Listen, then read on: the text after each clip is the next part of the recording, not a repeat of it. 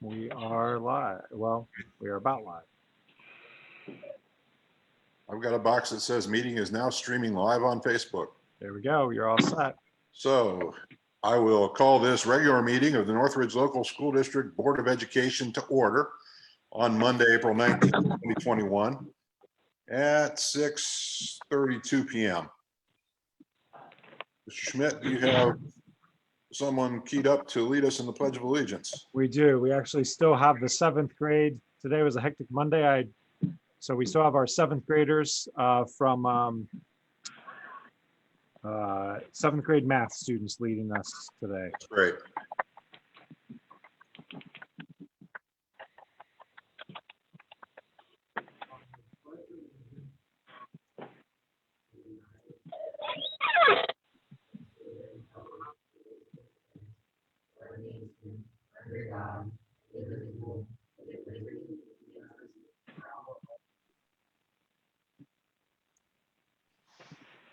Well, that didn't play so well, but I think we'll call the objective accomplished. This meeting is being conducted by telephone conference pursuant to House Bill 404, which extends the temporary authorization originally provided by Ohio House Bill 197 for members of public bodies, including the Board of Education, to hold and attend meetings or hearings via electronic technology. The authorization is effective through the earlier of July 1, which is creeping up, or the end of the COVID-19 state emergency, which I wouldn't bet on ending before that right now. So, at any rate, Mr. Lewis, please call the roll. Yes, sir. Mrs. Bamerlin. Present. Mr. Burkholder. Present. Mr. Hart. Present. Mr. Picorni. Present. Mr. Schrock. Mr. Schrock has indicated that he's been delayed a little bit in being able to join us tonight, but will as soon as he can. Our mission and Viking values statements. Our mission is empowering all students to reach their fullest potential. Our Viking values are trust, leadership, communication, collaboration, accountability, integrity, respect. And we do adhere to the See Something, Say Something campaign. Item 5 of our agenda, we have identified the minutes from the regular session on Monday, March 15th. And, there was another set when I looked at a draft, but apparently that's disappeared.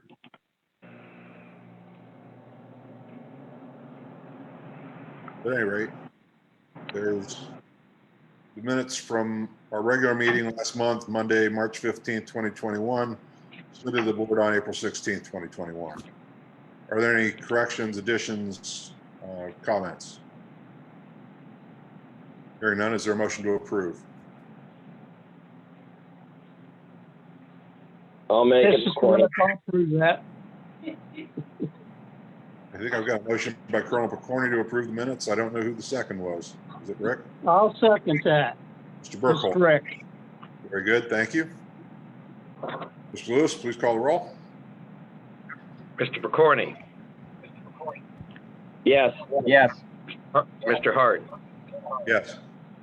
Mr. Burkholder. Yeah. Mrs. Bamerlin. Yes. And the motion passes 4-0. The minutes stand approved. Was I dreaming, or was there another a special meeting set? I believe there was a special meeting set, but it had already been approved. It had already been approved. All right. Yeah. So we have then item 6, adoption of the agenda. Ask our administrators to give us an overview of their consent agenda items for the night, starting with you, Mr. Lewis. Yes, sir. I'm asking you to approve the monthly financial reports. Typically, they are also approved by the Finance Committee, but we did not have a Finance meeting due to personal issues that I had to deal with. And then, so we're asking you to approve those. Recommendation to approve donations as submitted to American Electric Power Teacher Vision Grant to Brian Roberts at $499.97. Miller United Methodist Church Water and Snacks for Students, and I believe that those were to the primary and intermediate. Very good. Is there anything that stands out in those financial reports that you want to point out to the board, considering that the finance committee didn't get a chance to look at them? No, everything's on target. That was pretty much what they were going to get. We're in good shape and getting ready for the 5-year forecast, which they will be going over Wednesday night. Oh, very good. They look good to me. Any questions for Mr. Lewis? Mr. Schmidt? Yes, so recommendation number one, we have resignations and retirements. Special attention to Mrs. Karen Hamilton, who will be retiring. She'll be wrapping up this year as her final year. She'll be coming back for a couple of weeks to start the school year off to get to that September 1st date, but definitely going to be a huge loss for our Northridge teaching staff, and we wish her well in retirement. The other items listed there are just resignations. We have approval of administrative contract for Renee Lynn. She has been helping with our preschool services this year part-time, and we're going to be expanding her role to include some of our special ed classes as well as preschool, and bring her on full-time in supporting our special ed caseload. We're excited to recommend a school psychologist. Catherine will be joining us. She is finishing up her internship in Worthington, and she is excited to be working in a small district, and we're thrilled to have her, and excited about the not only depth of knowledge she has around assessment of kids and helping through that legal process, but also the bigger picture of response to intervention and tiered educational supports from that standpoint. So we're excited to welcome and fill that psychologist position. I also have our first recommendation for our new hire for the 21-22 school year, Alex Healey, which is a Northridge graduate. He is currently graduating from Ohio University. Just received a top honor from the music education department at Ohio University, and we're very excited to have him to recommend him tonight for our new band director. We've had a switch in our head coaching position for girls softball. Jenna, who's been serving as our assistant, will finish up the last 25% of the season as the head coach. Recommendation to hire Megan Prime as a classified substitute. She's going to be helping us with some aid positions. She also does long-term sub-teaching positions for us. We have the high school course guide that is ready for approval this evening. Affirmation and recommendation number 8 from the board that we're going to continue to participate in open enrollment, and next couple of things, a sign that things are starting to get a little bit back to normal in the fact we have some fundraisers taking place. We have some grants. Laura Roberts applied for and received another grant in recommendation number 10. Recommendation 11, we have some volunteers, and then we even have some field trips that are in the work in the planning. Recommendation number 12, OMUN, as well as some summer plans for the varsity boys basketball team. And then looking forward to the following school year, having a band and choir trip to Disney World in 2022. Takes a little bit of time to organize that and raise funds, so they wanted to get that in the approval process. And that wraps up the consent agenda items. Very good. Thank you, Mr. Schmidt. Are there any questions for Mr. Schmidt? No, I just have a information just in the interest of transparency. One of the approvals requests for the new band director. I coached him in soccer. I coached him in Power of the Pen. He's a classmate of my youngest son, and I know the kid or the young man, and however, I think I can vote on it. I just wanted to state that for the record. Appreciate that, Colonel. I don't see a conflict. I see that only as giving you better information than the rest of us have. Also, just a piece of information. He did go on the trip, the Disney World trip, I believe the last time we went, his senior year. So, which my wife served as chaperone on. So, Nothing that would cause you to feel you can't be objective. I don't believe so, but I just wanted to pass that on. That's as long as you feel you can be objective when it comes to the vote, you're good. I have one question for Mr. Schmidt having to do with recommendation number 8, the interdistrict enrollment, open enrollment. Yes. Is that open enrollment across the board that we're approving, or is it limited? Or I just want to make sure I understand what that is. Yeah. So, great question. So it is to participate in the state open enrollment piece. Our current policy allows open enrollment from any district in Ohio. And it is contingent on making sure that we have enough space. So we would not, we could deny someone if we were full at a particular grade level or a particular program. For example, if our K2 special ed program was full, we could deny someone on those bases. Or if 4th grade was at capacity or 8th grade was at capacity, we could deny someone on those grounds. But our policy currently states that we accept open enrollment from any district in Ohio as long as there's space available in our program. Okay. Thank you. Mr. Schmidt, one other question to follow up, Mr. Hartz. Does this include preschool? Because I believe we did not have open enrollment for that. It would include preschool. Last year we didn't because of just our numbers being high already and COVID operations. We'll be able to have some more students in, so it could potentially. But again, those would be, and we've already informed our incoming kindergarten students that those decisions, any families that are requesting that open enrollment, those decisions are not going to happen until August, until we know what our in-district numbers are, those residential numbers. And the same would be true for preschool. If we get to the start of the year and we have space available, we would entertain that piece.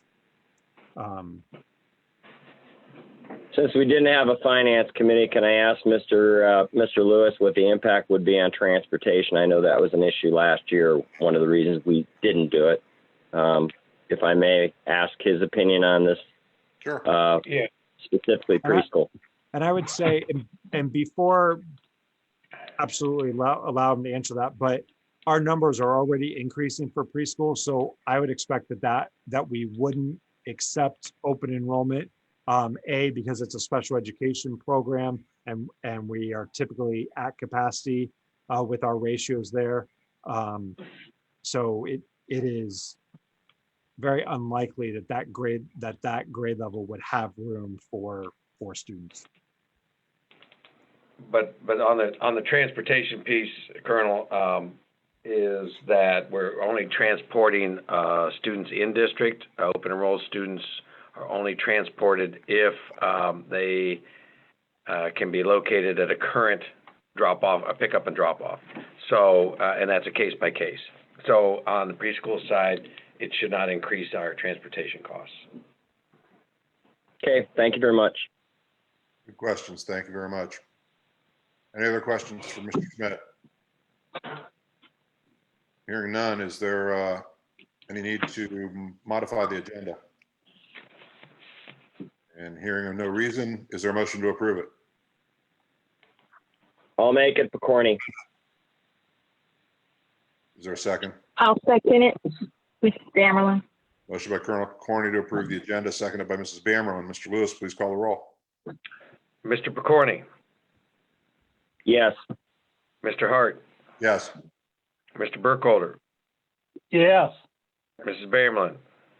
Yes. The motion passes 4-0. We have an approved agenda.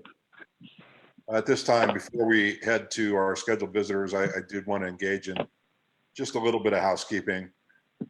I was remiss in calling the meeting to order and not noting that also on our conference call tonight, are Dr. Kristen Michael, Clay Keith from Robertson Consulting, Mike Mendenhall, our owner's representative in the construction project, and I believe, yes, Mel Duzan, who will be appearing in the next segment. So welcome all, and thank you for your involvement. Now, that takes us to scheduled visitors. We'll start with the Modern Learning Facility update and our owner's rep, Mike Mendenhall, and construction contractor from Robertson Construction, Clay Keith. I will lead us off, Clay. I would like to just comment on a recent walkthrough last week. I was very pleased to see the progress that they've made.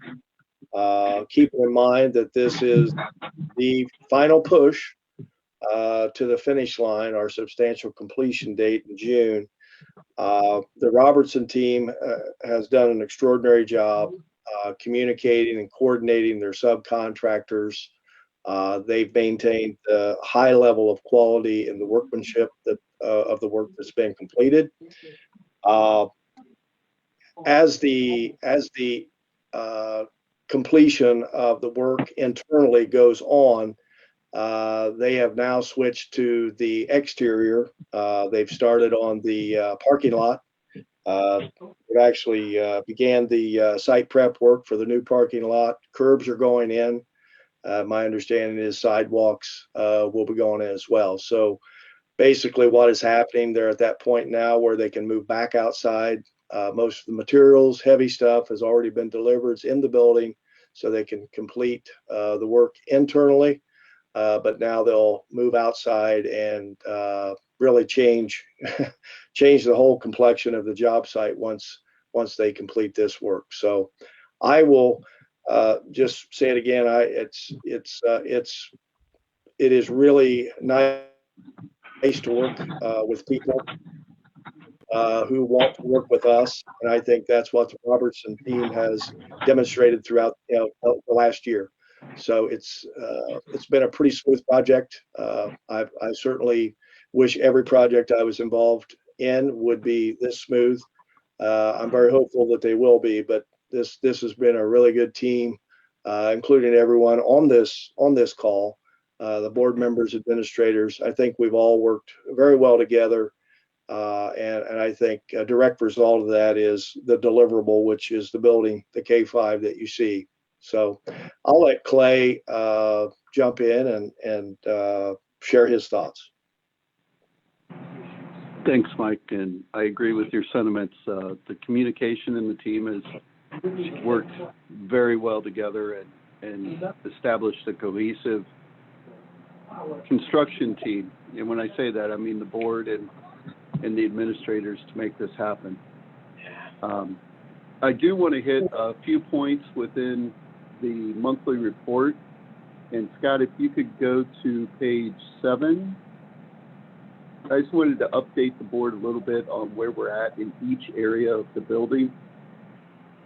And area A is our public area with the gym and the student dining kitchen. We are currently punching out the kitchen equipment in the kitchen area. So that's one of our first punch outs for the entire building. We are also in process. We've installed the bleachers and we're working on the gym floor currently. This area will be held out a little bit as far as the student dining flooring and some of the finishes in there, just because it is a high traffic area and it's one of our few areas for storage. So don't be alarmed if you walk into the front doors and see that that's a little bit behind. That's on purpose. In area C, that was the next area that we went to really start doing the finishes. And we have done the flooring, the painting, the casework in area C. We're dropping the ceiling tile in.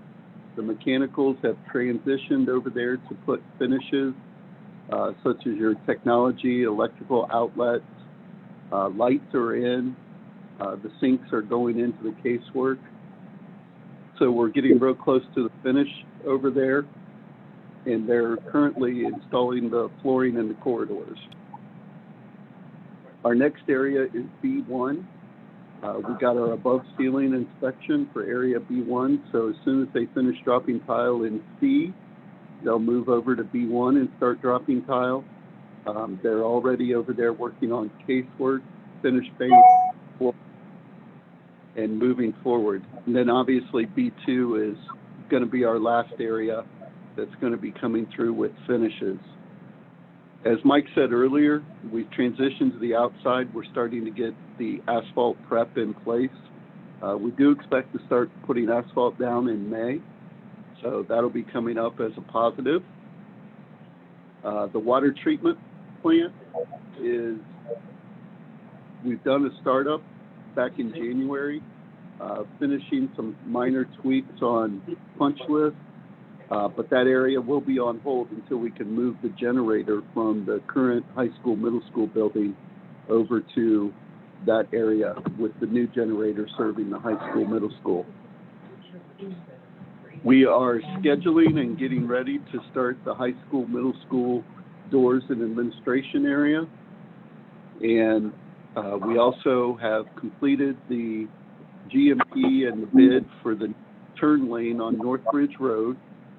We also worked the deal out with that contractor to have him start after June or in June, allowing school to complete and eliminate some of the traffic with the buses. So as soon as school's done with the buses, they'll be out there starting to install that turn lane. And then moving to the next page, Scott, when it hit on the owner contingency, as there's been a big influx in the owner contingency. We originally had all the loose furnishings package in RGMP. We have returned all those dollars to the district as they are going to purchase all the loose furnishings for the project, I believe through state terms. So that was a dollar for dollar swap. What we had in, we gave back, and the school's using it to get the loose furnishings. And then moving down to page 11, just hitting some things in our 4-week look ahead. As I said earlier, we're going to start asphalt in May on the outside. Area A, one of our goals is to complete the final painting, potentially complete the flooring in May, depending on storage and how much material we've got left at the end. And then in area B1, it's going to be our last area to put the aluminum storefront doors on the ends of the corridors. And that will allow us to achieve permanent enclosure for the building. We'll finish up the ceiling tile in B1, complete the casework, and complete the flooring. And then they'll be up to B2. And then moving on to the picture update on page 17.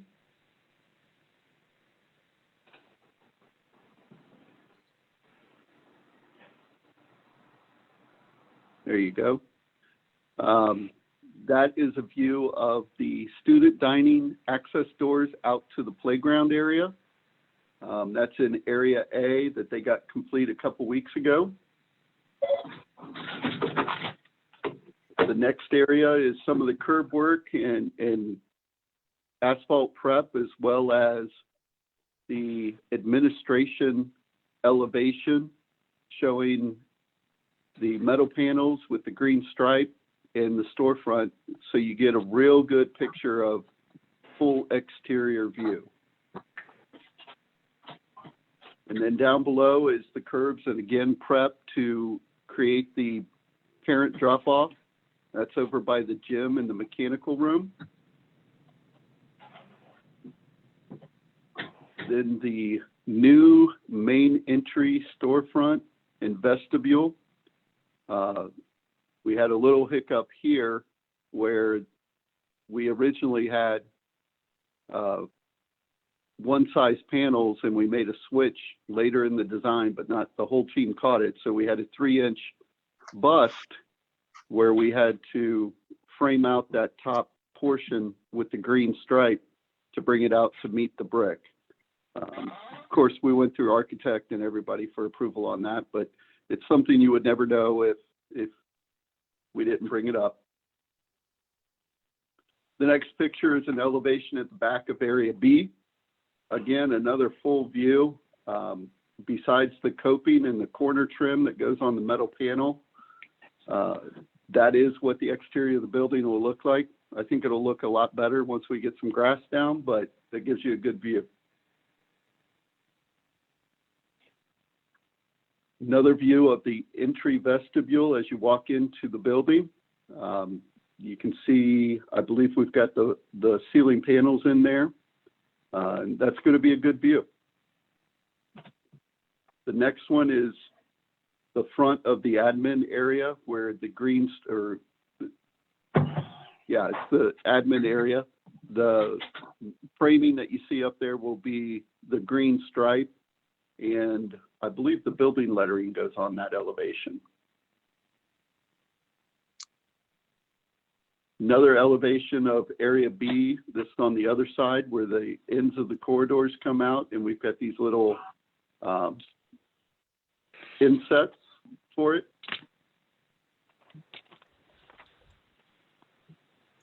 Down below is one of our first parking lot lights, the pole base for that.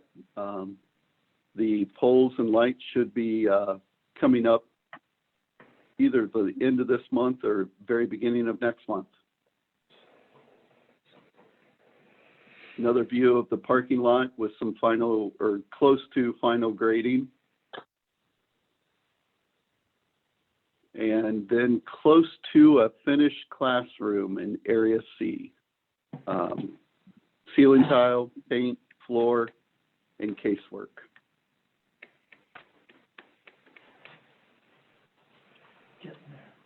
This is an interior view of Area C. You saw the little insets that we had on the exterior elevation. This is an interior elevation of that. And then a sneak peek of the elevator that currently was up on B2.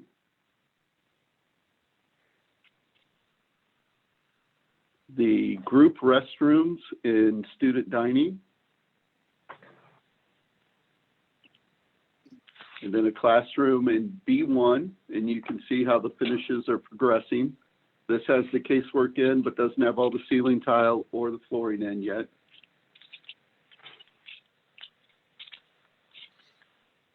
The next one is a teacher workroom in Area B in the casework.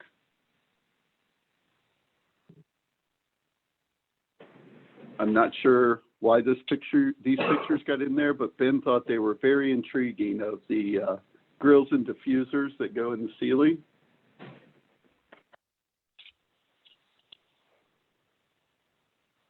Next one is the music room.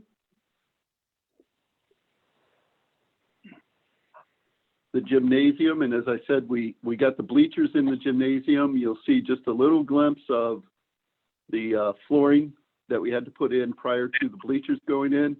They're currently prepping that area now to fit playing the gym floor. We got some of the technology racks, and then a view from the reception area where the receptionist would be sitting, looking out towards the student dining area. So we're coming along. It's nice to see finishes. We're working to get some concrete and asphalt to keep these finishes clean and try to get to an area so that we can have it punched out. Any questions? Wow, what progress you have made. It looks great. Good, thank you. I was on the walkthrough, Mike noted in his remarks, and it does look familiar still. So it was very impressive what we were able to see that day. Yeah, and then we also talked about doing a mock-up room that will bring Scott and Britt, Doug, Mike.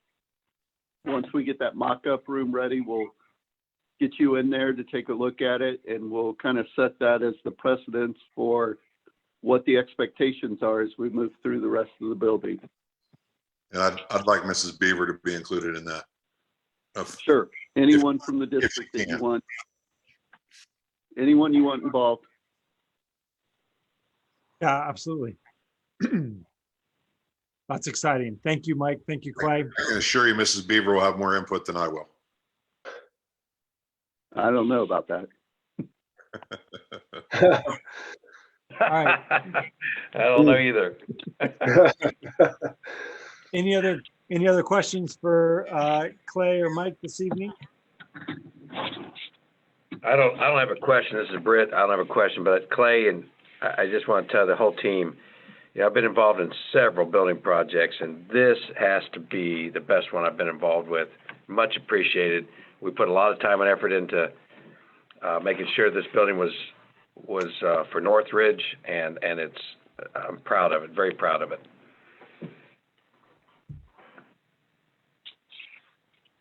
Okay. All right. Well, You thank guys all very have a much. job before we get here. We want to try to make it as less of a burden as we can on you.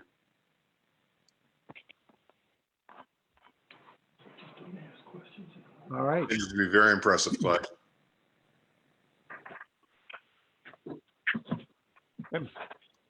Well, thank you, guys.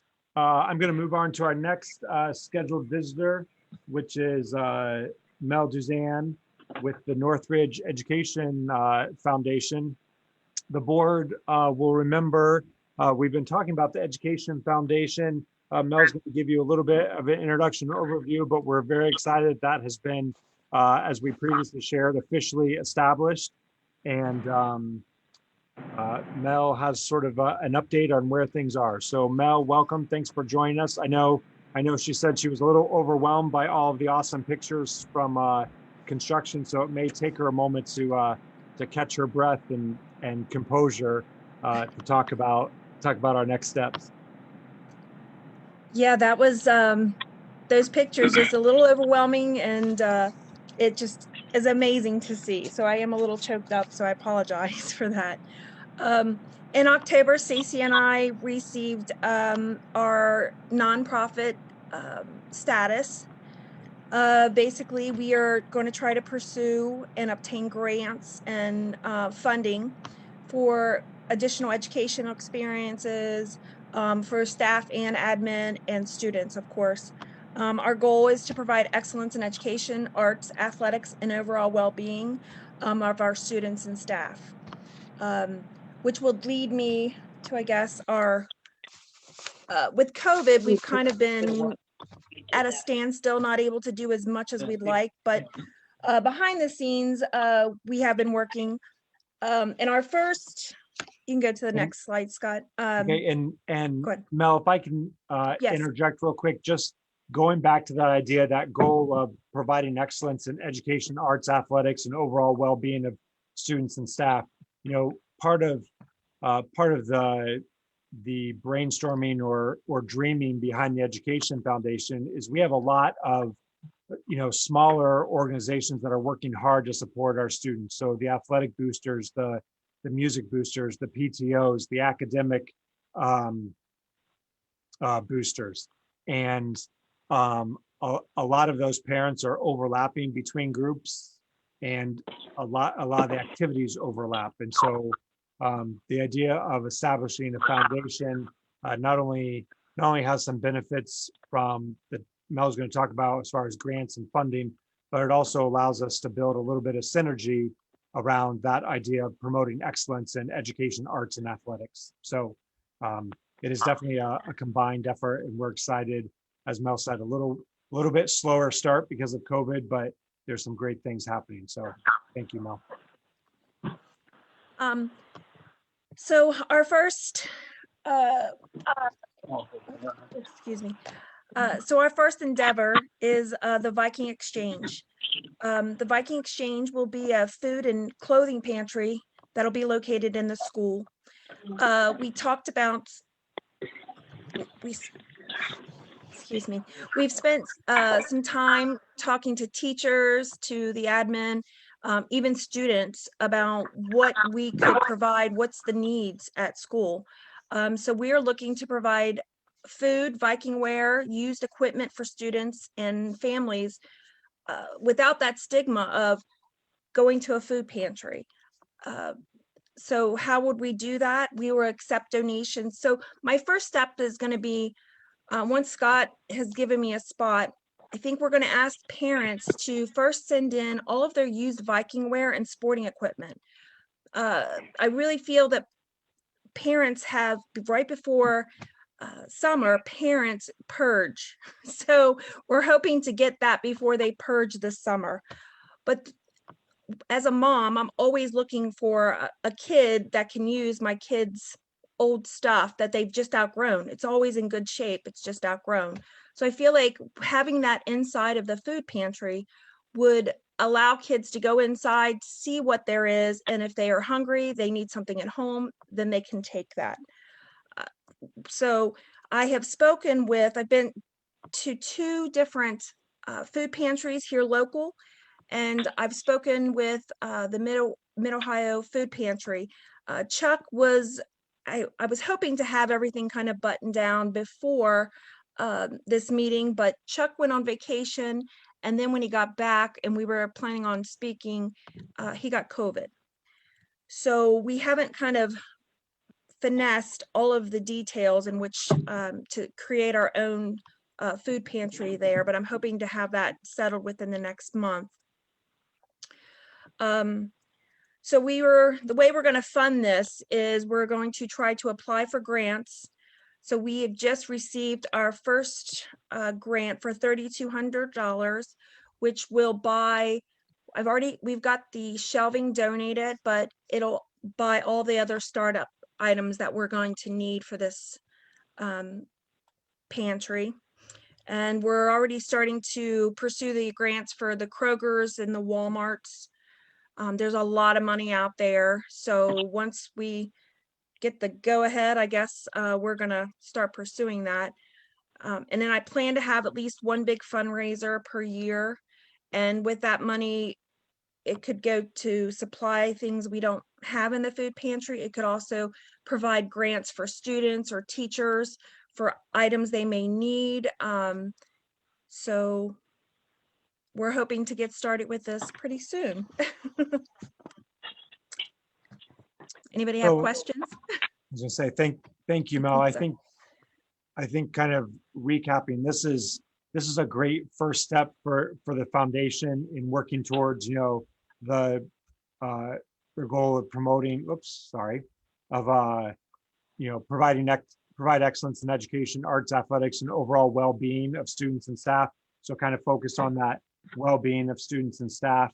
And like you said, when we're to a point where you can have an effective large fundraiser, then that leads into local grant opportunities where our teachers, who we can encourage them to be innovative and apply for grants through the Education Foundation to support different endeavors and try new things in their classroom. So I think that's exciting. I appreciate the work, Mel, that you and your husband have done to get us to this point. And I know there is a group of people on the board as well, and you're looking to expand that. And so this is exciting work. Questions from the board?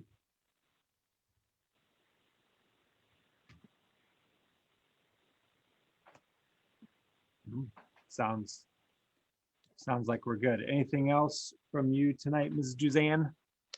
No, I do want to say that we have asked students for their input, and they were very excited about this. They were excited about being part of it. They were excited to, they gave us lots of ideas to work off of. So I'm excited when we get this opened and to see how it's received. Perfect. All right. Well, thank you for joining us tonight. If there's not any other questions, we will move on.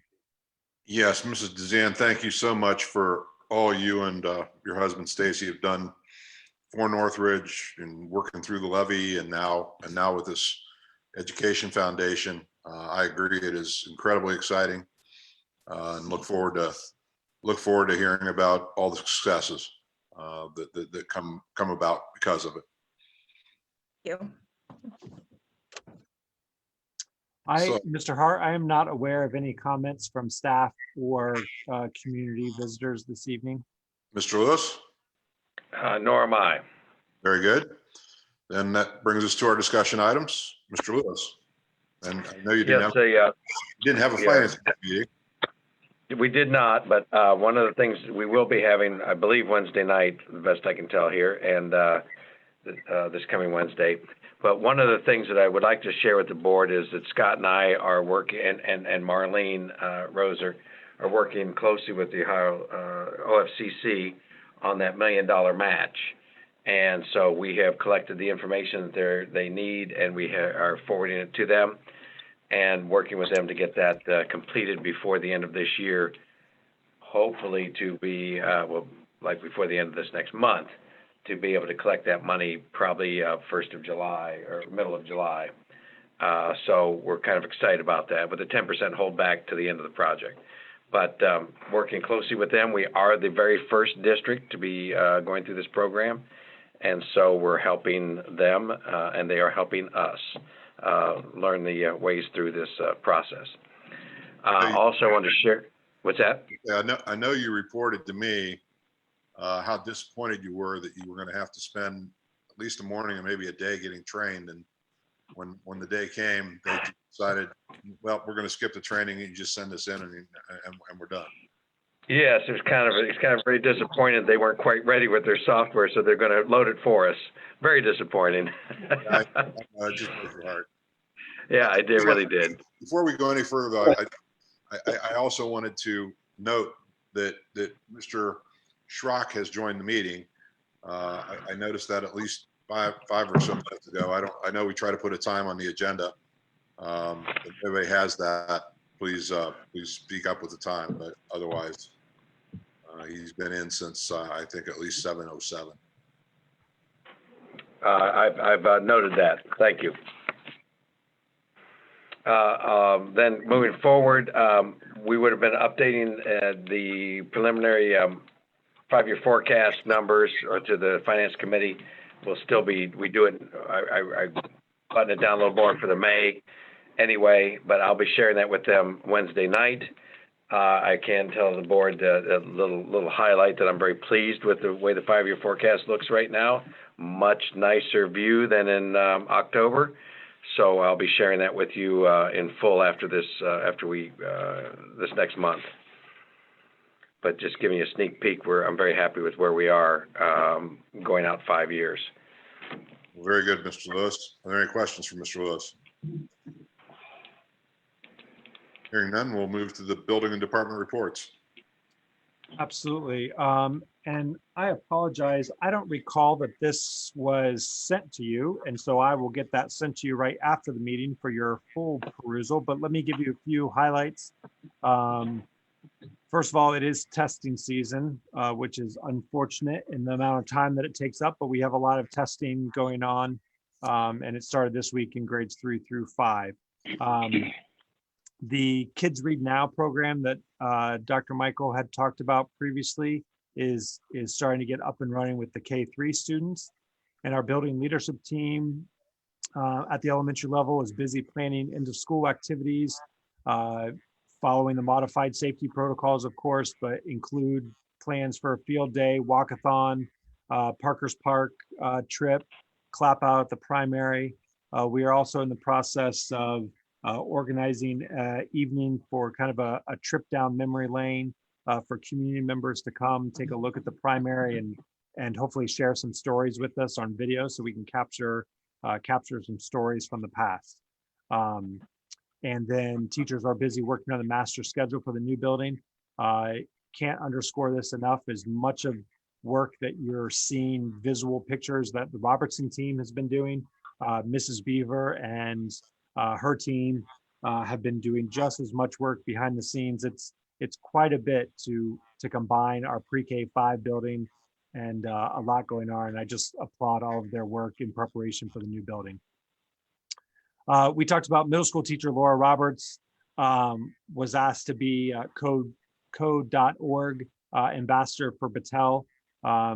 She wrote a letter that was featured in the Ohio STEM Learning Network, and we just continue to be so impressed, and the kids just love the different experiences she's providing for them. Again, testing at the middle school level, and our middle school boys and girls track team are both doing very well. They've received some first place wins, which is awesome from that standpoint. We've also, in partnership with the youth program, the middle school baseball and softball have some wins under their belt as well. High school, a few shout outs. Nicholas Hauk and Olivia Ashbrook recently earned their state FFA degrees. Olivia was also agriculture science fair finalist for her study on meat packaging methods to reduce browning. Senior Adina Allure was the recipient of the Hagen Scholarship. The Hagen Scholarship is a national need-based merit scholarship designed to help high-achieving students from small towns and rural areas. So pretty exciting for her to win or to be awarded that national scholarship. Junior Dylan Dick and sophomore Cora Gary have both been accepted into the Youth Conservation Ambassadors for the Licking Land Trust. They are going to be participating in an 8-month program that is for motivated and energetic youth who have an appreciation for outdoors and protecting the environment. Sophomore Mia Signenthaler was accepted to the Delaware Area Career Center, Columbus Zoo, and the Columbus Zoo and Aquarium School program. She'll begin this experience this upcoming summer. So just a few highlights of specific accomplishments our high school has been working on. Special education, we're working through preschool screening and getting ready for next year. We will have a third morning class of preschool. And then from an instructional services standpoint, again, testing going on. Dr. Michael, feel free to jump in if there's other things you'd like to add here, but we have the Kids Read Now program that we talked briefly about. We're also working through the One Needs assessment, which is part of our continuous improvement in the CCIP process. And a couple other things that Dr. Michael is going to be presenting on here shortly, so I'll skip over those. And Jack and Brian have been very busy as we're getting ready for next year, Chromebooks and things being and ready for testing this year, as well as getting devices ready for the elementary program. We've also opened up our internet to students for after school access and weekend access. And that seems to be going well. And in the process of working on security camera video update and door access programming for the middle school and high school. And that's our update from that standpoint. And I'll get that written to you. I apologize that I don't think it got out to you on Friday. We'll look forward to receiving that, Mr. Schmidt. I guess that takes us to our to your discussion item. Yeah, so my discussion item, I'll be brief in this piece, but I wanted to update the board that, as we talk about our modern learning facility, and we're very appreciative of the community who supported the bond issue and the permanent improvement, which allowed us to build a new elementary building, allowing us to do upgrades to the middle school, high school, like the plumbing project, as well as the security upgrades that will be taking place this summer with new doors, security cameras, secure entrances to the offices. Last year, we also updated the much needed parking lot updates and stuff. But one of the other key pieces in this is our athletic facilities. We know that our student athletes deserve a quality facilities, and part of providing and preparing our students for the future is making sure we have quality athletic facilities. So in partnership, we've been working with the athletic boosters. Over a year ago, the board, through a resolution, supported the fact that the boosters were going to be in an active fundraising campaign to help update the stadium. We are continuing to work on some things behind the scenes and hope by August to be able to make a public announcement about that project moving forward. But I wanted the board to be aware that there's a lot happening with a lot of different groups out there, and I'm very appreciative of work that the athletic boosters and the larger stadium renovation steering committee is working on. And with that, I'll pass things off to Dr. Michael, who is going to share a little bit in more detail about some social emotional learning aspects that we are focused on. Okay, thank you. Thank you, Mr. Schmidt.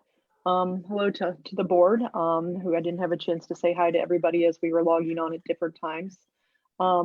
It's almost as if Mel and the foundation and I had planned to talk about the same topic, because there's just so much that is related to the foundation work that is related to the social emotional work as well.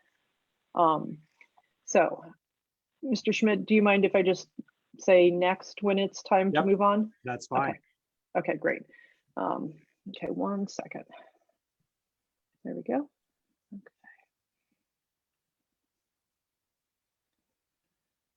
So as everyone's aware, Ohio Department of Education adopted a strategic plan that is from 2019 to 2024, and it has 4 learning domains. Often you hear us talk about the well-rounded content and the foundational knowledge, but social emotional learning is a big component of this plan as well. And so if you would go to the next slide, I know many people hear us use that term, but sometimes people wonder exactly what that's meant by that. So social emotional learning is the process through which children and adults understand and manage emotions, set and achieve positive goals, feel and show empathy for others, establish and maintain positive relationships to make responsible decisions. And this illustration here is from CASEL, which is an internationally known organization that is a collaborative for academic, social, and emotional learning. So many social emotional programs use these standards. So we've been very fortunate as a district and across the state of Ohio that there have been multiple grants available specifically for the funding of social emotional wellness. So in addition to the ones that many people are aware of, which was part of the governor's budget, we also have received a grant through Attorney General Dave Yost, and another one through the Licking County and Knox Mental Health Collaborative. So we are fortunate that that is going to help us do some professional development, as well as have some programming for our students. So if you go to the next one, Mr. Schmidt. So often we'll talk about report cards from the state, and those are the academic measures, but they really don't measure the personal qualities, the heart and soul of all of our students. So sense of wonder, resilience, courage, civic mindedness. And so fortunately, there are several tools that are out there that are a great way to take the emotional temperature of our students. So if you go to the next slide. So one of the reasons this is so important to schools is because social emotional practices, when they're infused into your content and integrated into your teaching practice, they affect knowledge and skills, they affect the learning environment, and they affect overall attitudes for both students and staff. And improved in this area will then lead to improved outcomes with behavior, reducing emotional distress for students, and improved academic performance. There's very large portions of SEL that is embedded into PBIS, which was enacted into law a couple years ago, which stands for Positive Behavior Intervention System. And it's also at the core of MTSS, which used to be called RTI. I know there's so many acronyms in this education, it's just confusing, I'm sure. But MTSS is multi-tiered systems of support. And it's the interventions that we put in place when we notice that a student is struggling either academically, emotionally, behaviorally, in order to help them really achieve at their best best self. So if you go to the next slide. So we are looking at a tool that is called Panorama, which is a social emotional wellness screener. And we are looking to administer it for the first time in May as a benchmark, like as I mentioned, to really take the emotional temperature of our students because they've endured so much over the last 14 months. This baseline information will help us to plan for next school year. Areas that can be covered in these surveys, each district selects several of these. They don't survey all these areas, but so for instance, relationships, sense of belonging, self-management, learning strategies are just some examples of that. So we are fortunate that we were able to cover the cost of this screener tool with the K-12 prevention education funding, and that's the grant that was through the Mental Health and Recovery Services of Licking and Knox County. Go to the next screener, next slide, please. So this allows us to not just measure social emotional learning, but also school climate as well. Because what students think about how school is and how they feel welcome is obviously a big part of their social emotional wellness. So this is a tool that has been around for a number of years. It's used in districts not just across Central Ohio, but across the state and across the country, which is wonderful because then it also gives us that ability to benchmark how do we perform in, let's say, for instance, middle schools compared to other middle schools in Ohio, but also middle schools nationally. So we'll be selecting 4 to 7 topics that align with our district goals and priorities. If you go to the next screen. The survey will take about 15 to 20 minutes for teachers to administer, and it's for all of our students, grades 3 through 12. Information sheet will be shared home with parents, and so parents will be given the opportunity to opt out of the survey if they would like to do that. But we'll be taking a look at school climate, engagement, sense of belonging, and through this survey, it will give us tools. I'm sorry, here's a couple sample questions. So for instance, teacher-student relationships, and this is the one that's for middle school and high school students. How many of your teachers are respectful towards you? If you walked into class upset, how many of your teachers would be concerned? Are just some of the sample questions. And then on the next slide, you'll see that we will be able to see the data, as I mentioned, not just for ourselves, but if we want, we can also then compare ourselves to other similar districts. We can drill down to see like how is the social emotional wellness of our students who are in free and reduced lunch. How is it compared to our students who perhaps are on the IEP and 504? And it can really help us then set some goals for the following year so that we can make sure that we have our professional development focused to best support these students and also use our resources such as our school counselors and some of our wellness support through our partnerships to make sure that we're having some small groups and supports for students as necessary. So in the last slide then kind of gives you a snapshot of how we could use this information. So you can obviously see that green is something that is a strength for the school and the grade level, whereas the darker the color is more of something that we'd want to look at as an area of improvement. So for instance, in this slide, 9th grade students indicate that their school teacher and student relationships are not as strong as other grade levels.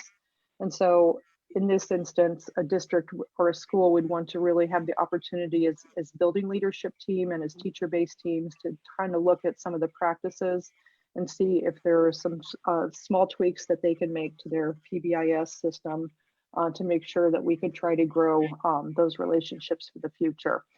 So we're excited about this tool because, like I said, it will give us great benchmark data. It will then be administered in the fall and spring of each year so that we can look for growth.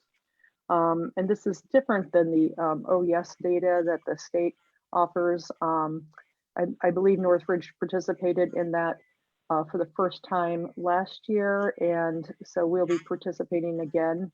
That OES stands for Ohio Healthy Youth Environment Surveys, and it asks questions about health and safety and behavioral health factors.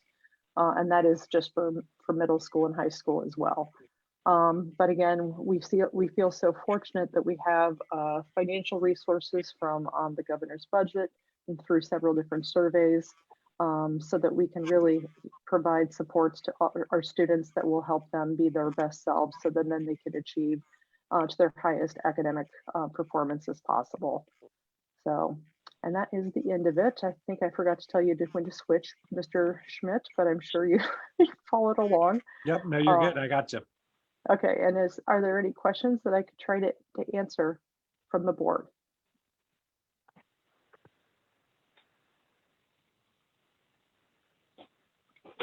Okay, well, thank you for this opportunity to share. Oh, sorry, Mrs. Chamberlain. I'm sorry. That's okay.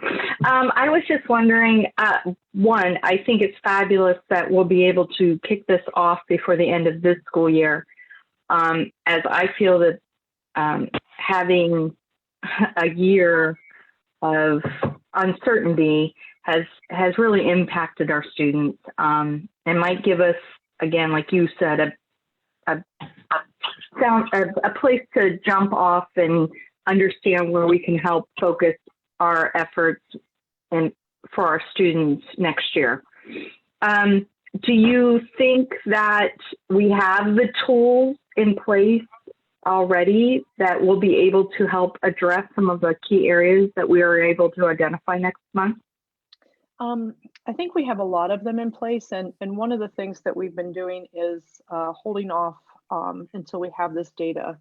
So for instance, we are going to increase the number of days that the behavior specialist is helping the different buildings and providing supports for teachers and students. Okay. But we've talked about instead of perhaps outsourcing to an agency to provide some on-site counseling services, we've talked about comparing that cost effectiveness to employing perhaps a social worker or a mental health specialist with those funds instead. But we're really hoping to have that data to be able to inform that decision, to make sure that if that is the route that we would recommend, that it would be the best bang for the financial buck as well, so that we can cover as many areas that the students need support in as possible. We're also going to be doing some professional development focused around positive behavior intervention, which goes right along with supporting social emotional wellness. And that's going to be part of our August PD as well for all teachers. Well, thank you for the presentation. It was very informative, and I'm glad it has a nice focus on the student-teacher relationship. So thank you. Yeah, thank you. Any other questions I could try to answer? And I'll look forward to being able to share that benchmark data with the board after the school year wraps up, to kind of give you an overview of what results we were able to find from that first administration. Okay, thank you. Thank you, Dr. Michael. I think that will be very interesting to see what those results turn out to be. Excellent presentation. And Mr. Schmidt, preceding that, thank you so much for getting us up to speed as to what's going on with the athletic side of our programming, and you know, basically letting us know what to expect coming up. Good to know. You're welcome. Takes us to our board discussion items. We don't have anything up there already. Does anybody have anything wanted to bring up? Hearing nothing. Let's move to the consent agenda. And is there a motion to approve it?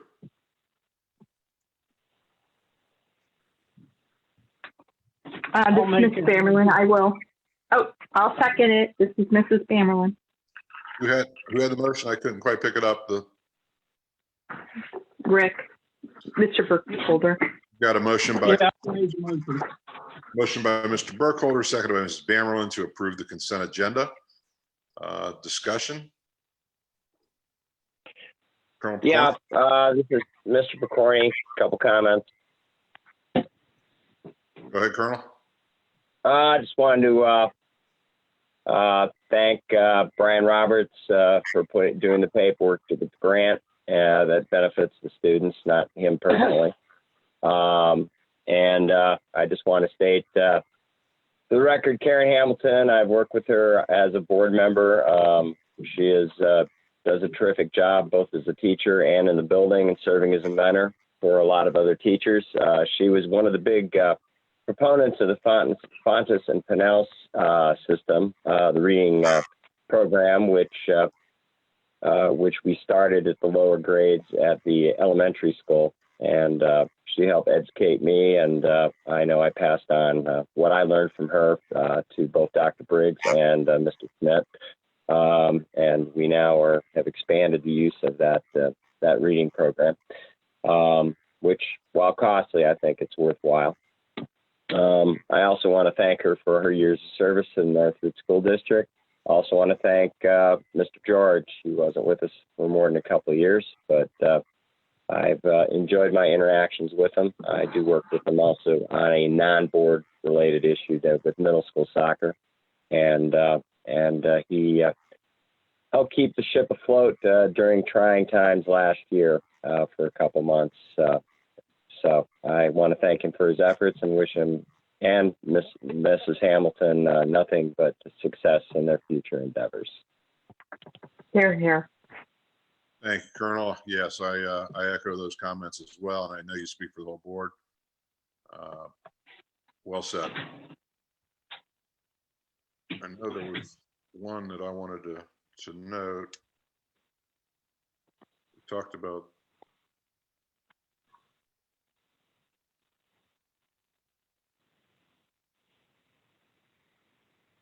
I'm not seeing it. Oh, I wanted to comment on recommendation 12 and the field trip, in particular, the varsity boys basketball, Eastern Ohio basketball camp. That is a camp that I'm very familiar with over in Sherrodsville, Ohio. I saw the girls' side of it firsthand back when my daughter was playing. That is run by the Huggins family. And that is just an excellent training tool for coaches to use for their kids.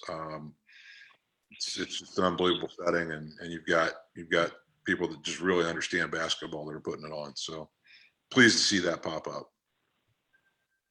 Any other discussion of the consent agenda? Yeah, just a quick, just looking over, I just want to thank AEP and Miller United Methodist Church for their donations and the treasurer's support, as well as Mrs. Roberts for also doing the paperwork and getting a grant as well. And also want to welcome Alex Healey to the Northridge family. So I've known him for years, and I think he'll be a good add. Very good. There's no further discussion. Mr. Lewis, call the roll.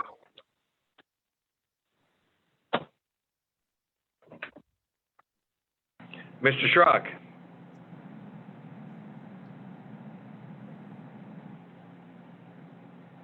Mr. Schrock. Yes. Still with? Okay. Mr. Picorni. Yes. Mr. Hart. Yes. Mr. Burkholder. Yes. Mrs. Bamerlin. Yes. And the consent agenda is approved by a 5-0 vote. We had no items removed. And so that takes us down to our board recommendations. Well, actually, there are no I board don't know why that's, recommendations. sorry, that's still there. The business initiated by members of the board. Yes, as I disclosed last, probably about 18 months ago now, I'm the coordinator of the Hartford Memorial Day ceremony. I have talked to Mr. Schmidt. I will be requesting the band performance. It is, I don't write the check for it. It is done by sponsored by the Hartford Library Association. So I don't believe there's a conflict of interest there if they choose to do it. I don't see any. Mr. Schmidt? No. I No do issue there. All right. I don't believe there is, but I just wanted to make sure there is. I'm not writing any checks if there is an honorarium or whatever fee they charge. I believe the fee's been lifted. It's now they'll accept donations. There's no longer a fee. Is that correct? I believe that's correct. I think that was. Is that correct? That is correct, sir. Right. Okay. Thank you. That doesn't mean there won't be a donation, but it's no longer a fee. So I just wanted to clarify that. That makes my job a little easier as well. Certainly does. Thank you, Colonel. Is there any other business from any of the members of the board? Hearing none, do we have any announcements?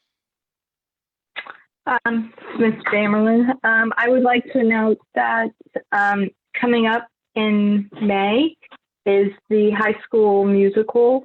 I don't have the dates or the details, but it will happen before our next board meeting. So I wanted to bring that to everybody's attention. It's an online program, so you buy your tickets and then you're able to watch it online. So support our arts program. Another item that I thought would be important to announce, which I just left me. Oh, darn. Oh well. I can't believe the year's almost over. That's what I just can't believe. It's April and it'll be the end of the school year in such a short time. I can't believe everything that's coming to a head here. So best of luck to everybody as we close out this school year. And if I remember, I will bring it back up, but I'll pass. Sorry. No problem. Thank you. Since we're still in open session, Mr. Schmidt, could you just, since we got May coming up after this board meeting, could you refresh our memories on the last day of school for students, last day of school for teachers? If you have that handy, if you don't, that's fine. I can always look it up, as well as graduation. Yes. Because that's coming close. Yep. So we have communicated this a few times with parents, and we'll continue to do it because there are questions out there. But the board had approved that May 7th, that was originally a teacher-only work day, is now a student day, which then that makes students' last day Wednesday, June 2nd. The teachers moved that work day from May to the end of June. So that's June 3rd and 4th. And graduation is taking place on May 30th. It is scheduled for the Hartford Fairgrounds. More details to follow, but following weather permitting, same time as normal for graduation at the grandstands at the fairgrounds on May 30th. Sunday. Mm-hmm. Very good. Thank you very much. I did remember my item. I'm so sorry that I forgot it. I wanted to thank the school for working with the health department to provide the COVID vaccination for any students 16 and older.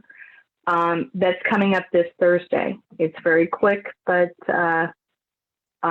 it's showing the partnership that we have and the working relationship we have with the health department. I wanted to thank you for that and providing that to our students.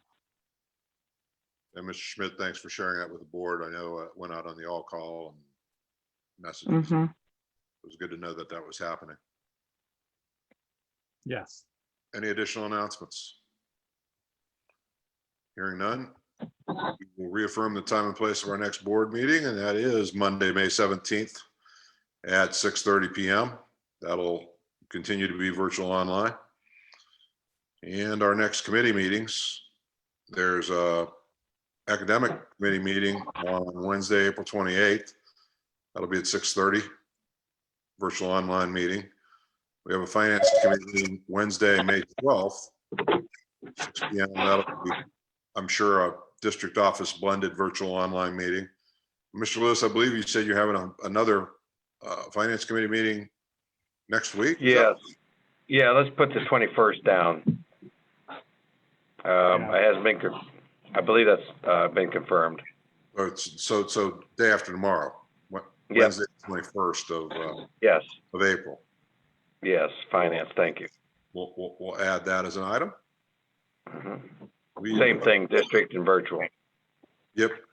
We have reached our the end of our public agenda tonight. At this time, I will move that we enter into executive session.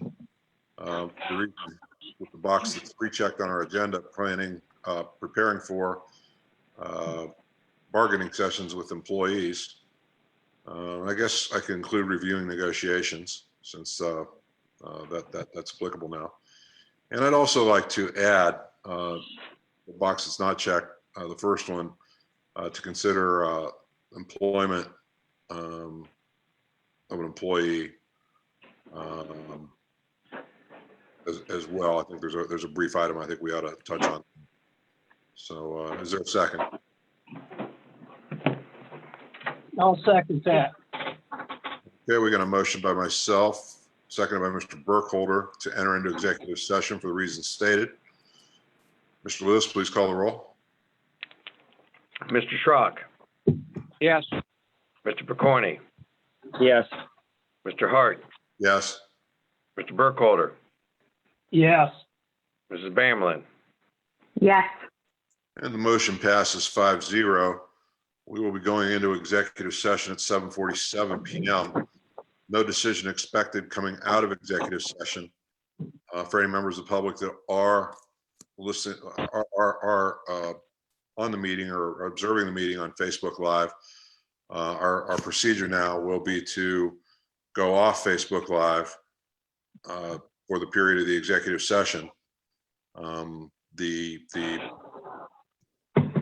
people that are on the call that aren't needed for the executive session, which I believe would be our Mr. Mendenhall and Mr. Keith and Mrs. DeZan, will also leave the call. When we come out of executive session, we will come back up on Facebook Live. But I expect the only thing we will do at that point is entertain a motion to adjourn the meeting. So with that, we will go into executive session and go off Facebook Live.